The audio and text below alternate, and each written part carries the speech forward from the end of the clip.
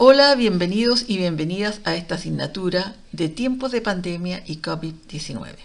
Hoy vamos a iniciar nuestro curso con la clase de Historia de las grandes pandemias asociadas a cambios socioeconómicos de la época. Para empezar, definiremos epidemia como una enfermedad nueva o ya conocida que se propaga de forma rápida y que supera todos los contagios esperados.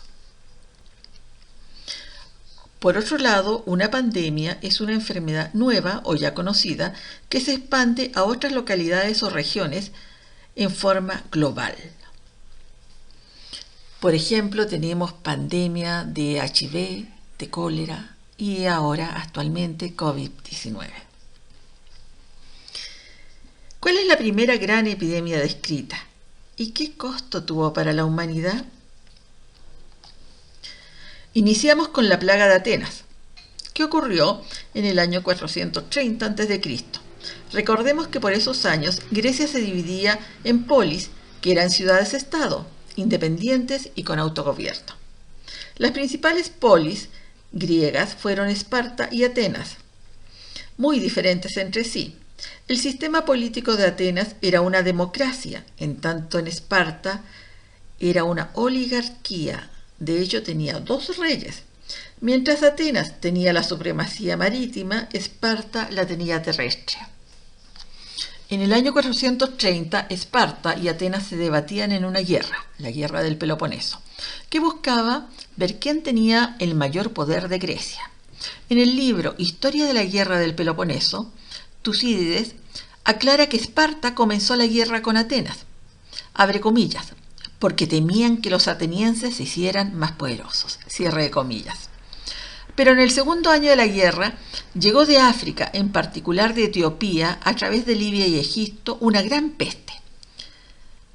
Tucídides describe la plaga, abre comillas, por mi parte simplemente la describiré por su naturaleza y explicaré sus síntomas por los que puede ser reconocida por el estudioso, si alguna vez se vuelve a presentar. Luego describe los síntomas. Personas de buena voluntad eran repentinamente atacadas por violentos calores de cabeza, enrojecimiento de ojos, garganta y lengua, seguidos por estornudos y ronquera. Cierre de comillas. La importancia de la plaga no solo fue el costo de vidas, que se llevó 1/3 de la población, sino además la muerte de líderes, especialmente Pericles.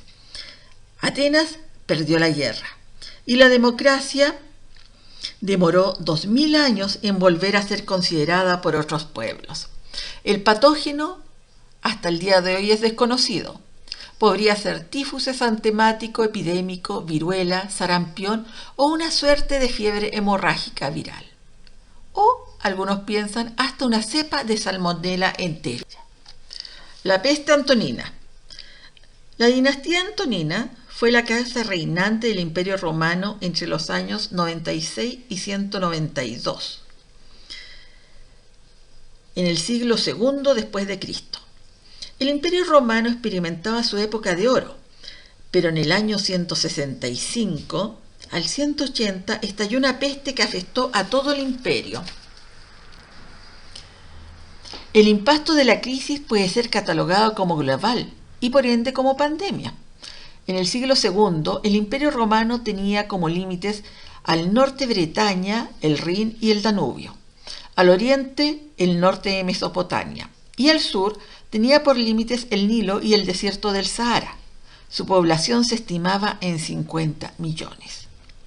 El imperio ocupaba gran parte de lo que ahora es Inglaterra, Alemania, España, Portugal, Italia, Suiza, República Checa, Croacia, Serbia, Albania, Bulgaria, Turquía, Rumania, Grecia, Siria, Armenia, Israel, Palestina, Egipto, Libia, Marruecos y Argelia.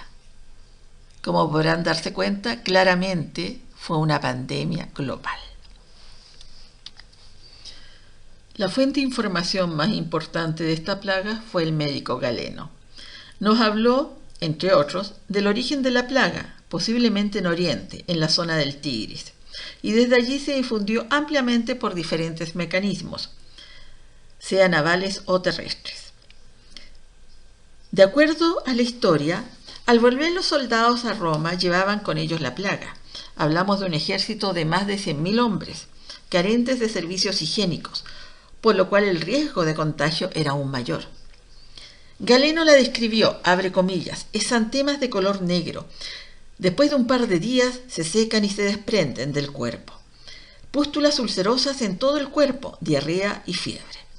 La plaga afectó a todos por igual, incluso Marco Aurelio se encontró entre sus víctimas. No hubo parte del Imperio Romano que no se viera afectado. Los pobres morían, la mano de obra y los soldados escaseaban. Se estima que el 10% de la población falleció, al menos 5 millones de personas. El Imperio Romano nunca se recuperó e inició su caída. Y se estima que fue la primera aparición de la viruela en Occidente. La plaga de Justiniano. ¿Y qué costo tuvo en la humanidad? La plaga de Justiniano fue una epidemia que afectó el Imperio Romano de Oriente o Imperio Bizantino, incluyendo la ciudad de Constantinopla. Se estima que se perdieron 25 a 50 millones de vidas, lo que equivalía a cerca del 13 a 26% de la población. Llegó al Imperio Bizantino desde África del Este y vía la ruta de la seda desde el reservorio en China. Tuvo varios brotes en ciclos de 8 a 10 años. Esta peste diezmó al Imperio Bizantino en un momento de expansión que nunca más se repitió. Por sus características, se supone que fue la primera aparición de la peste bubónica en Occidente. Esta peste terminó o ayudó a terminar con el Imperio Bizantino.